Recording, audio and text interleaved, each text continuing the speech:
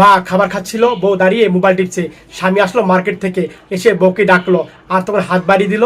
বউ দৌড়ে স্বামীর কাছে যাচ্ছিল, স্বামীও যাচ্ছিল। তারপরে বউ বউকে জড়িয়ে স্বামীকে, আর তখন হাতের মার্কেটটা তখন বউকে দিল।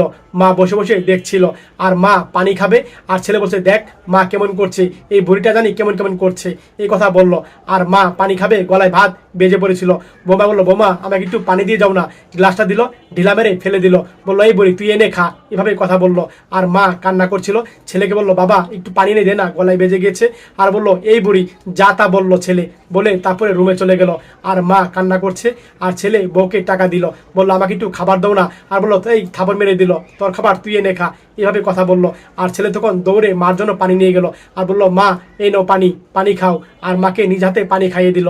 আর পানি খাওয়ানো হয়ে গেলে ছেলে তখন মাকে বললো মা আমাকে একটু খাবার খাইয়ে দাও। আর মা তখন তার ছেলেকে খাবার খাইয়ে দিচ্ছিল।